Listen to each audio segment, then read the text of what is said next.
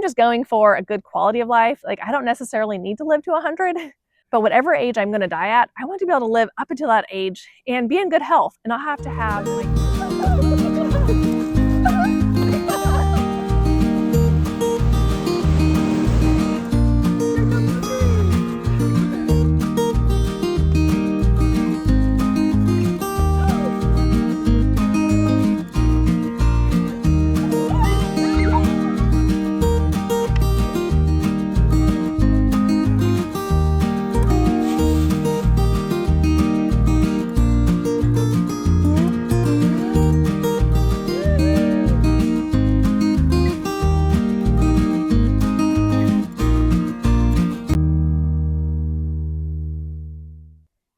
Hello, welcome back to Single Mom on a Farm.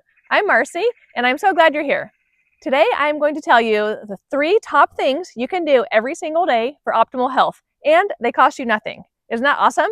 Okay, and just as a preface, I am not perfect at all these things. Anything I teach y'all, I am not great at. I am just learning also and recommitting to do better or to try my hardest. And as always, there's different seasons when you can do it and when you can't. You might be traveling, you could have a new baby, you could be building a house, or you're sick, or whatever, and it's really hard to do things all the time.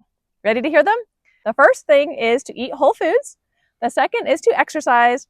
And the third is to get great sleep. Okay, so I'm going to talk about them really briefly because it is super windy today. You know, the second I come out here to do a video, it gets really windy.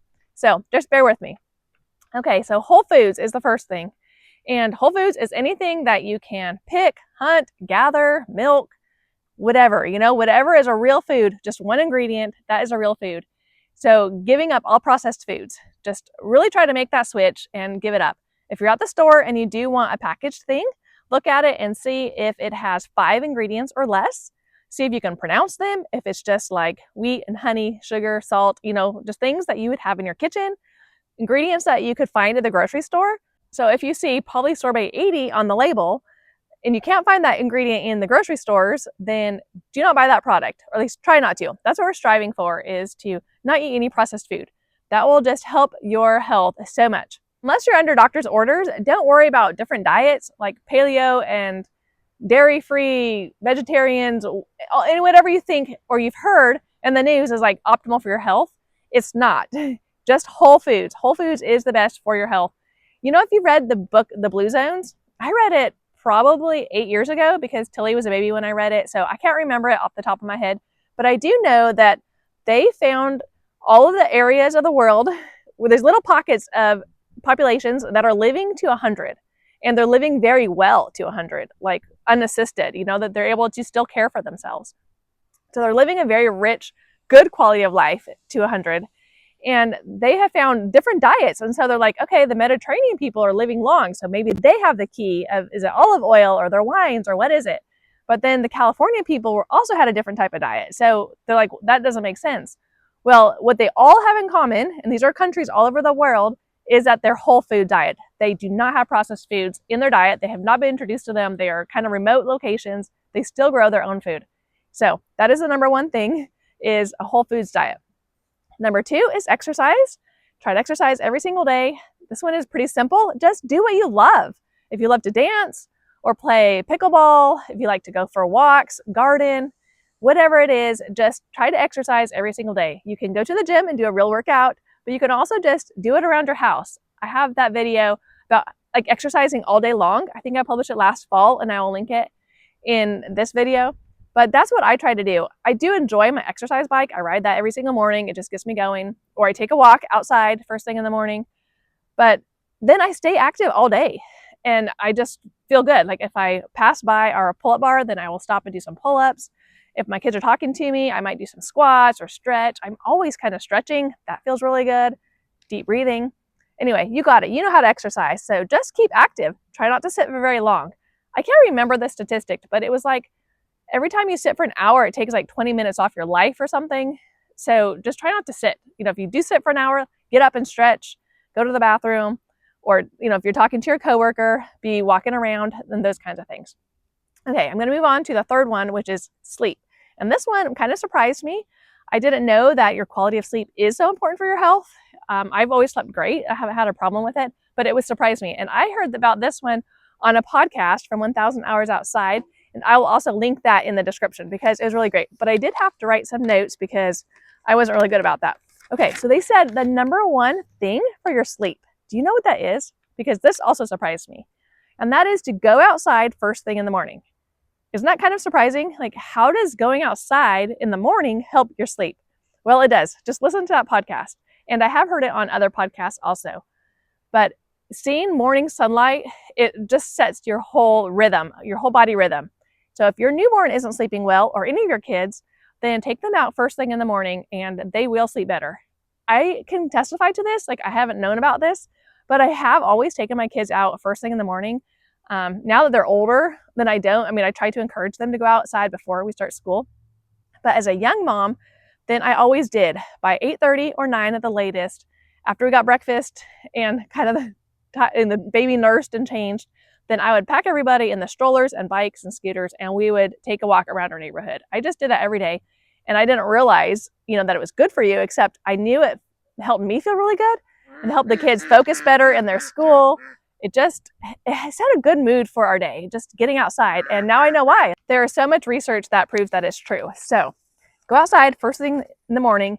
Do not look at your phone. Whatever you do, if you don't want to go outside, like it is freezing cold or something, just do not look at your phone.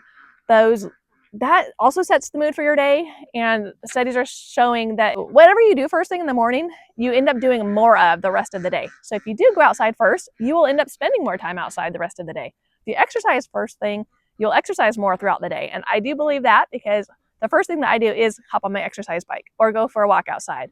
And I feel pretty active the rest of the day. I have so much more energy than the days when I don't do it. Like if we have to jump in the car first thing to get to an appointment by 7 in the morning or something. But those who picked up their phone first thing in the morning spent significantly more time on their phone throughout the day than those who do not. So if you're trying to decrease your time on your phone, do not pick it up first thing in the morning. Go outside instead. Let the dog out, go for a walk, get the newspaper, read it outside, eat your breakfast outside, do some yoga or just some deep breathing. Just walk around your house or your neighborhood or your apartment building, or just sitting there and just looking at things, just think and meditate, say your prayers, whatever you want to do. Okay, so historically, this makes sense because our grandparents, when they woke up first thing in the morning, they'd have to go outside and milk the cow. They'd have to collect eggs or berries or whatever for their breakfast. And time periods before that, they'd have to start their campfire to cook their breakfast. So it's always been a thing where you had to go outside first thing in the morning. My grandpa, he used to always go outside and get the newspaper. And I just love that newspapers were delivered so early in the morning and everybody went outside to get them and they sat outside on their porch and read them, or at least just stood outside and said hi to the neighbors or whatever. And nowadays, I don't know that many people get the newspaper. It might come in the mailbox later in the day, or they just check the news online. I don't know. But try to get outside. If you're a mom, take your kids for a walk in the neighborhood, like I said, eat breakfast outside, do school outside. I try to make a point of it doing at least one subject before lunch outside to get that morning sunlight. I've also heard about morning sunlight is that if you go outside in the morning, it does something to your skin so that you are a lot less likely to get sunburned in the afternoon. Like it protects you from afternoon sun rays. I only need to find the podcast and the person that told me that and see if I can link it, because that was really interesting and I kind of want to go back and learn that again. But I do remember that. For others of you, try to walk to work, bike to work, walk to the bus stop, walk to your friend's house to carpool. Do whatever you can to get outside first thing in the morning or as early as you can in the afternoon, anytime. Really, anytime outside is awesome.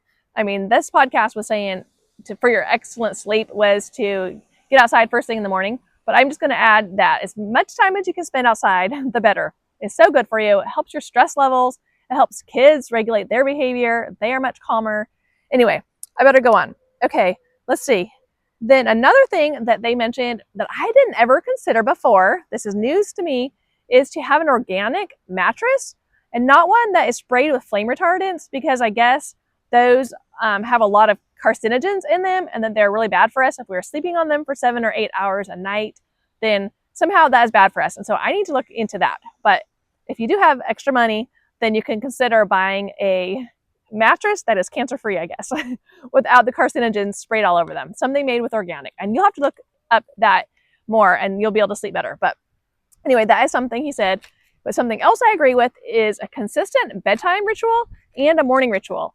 And he said to take 1 hour in the morning for yourself and the 1 hour in the evening for yourself, if possible. You know, you're not gonna be able to do it every day, but kind of as a rule of thumb. You know, sometimes I am working until midnight or 1 a.m. and I'm like, but I really try as a rule of thumb to have an hour to myself at night, or even a half hour, where I put away my screens, I've turned off all the lights except like one in my bedroom, and I just read. I might do some push-ups and some sit-ups or some yoga stretching, write at my journal, anything you can that feels good for you to calm yourself down, but to have that same routine because it sets your body up for going to sleep.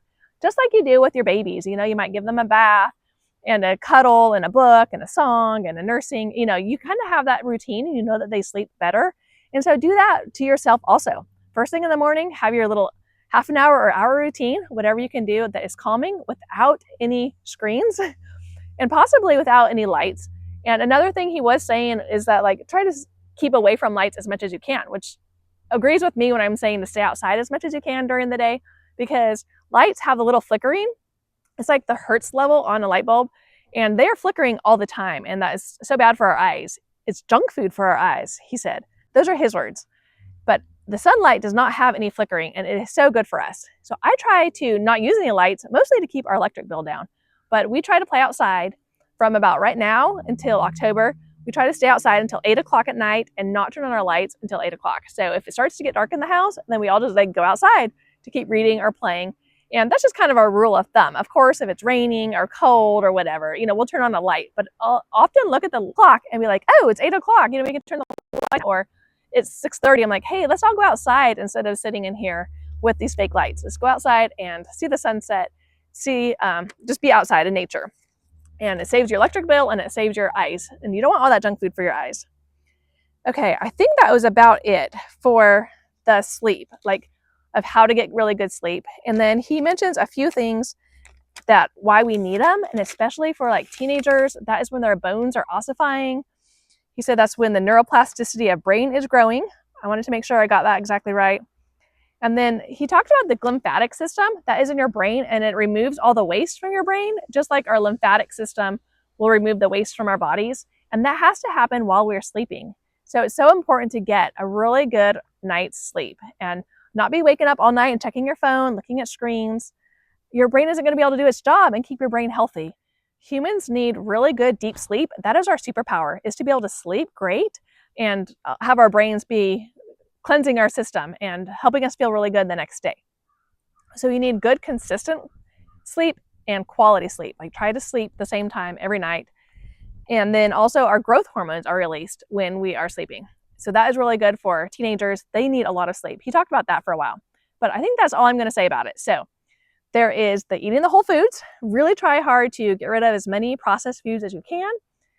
Then there is exercise. Try to exercise as much as you can, and just to stay active and supple, you know, like just so you can be able to get up and down easily and climb ladders and be really flexible and movable.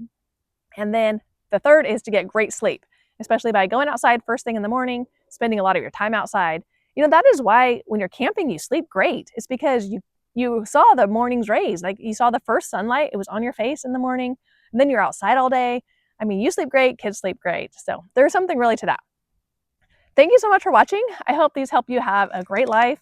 I am just going for a good quality of life. Like, I don't necessarily need to live to 100, but whatever age I'm going to die at, I want to be able to live up until that age and be in good health and not have to have my kids taking care of me or to be a burden on somebody else. I want to just be able to still take care of myself and be involved in the other people's lives, still do community service, be helping other people. So those are my goals. I just want to feel great my whole life.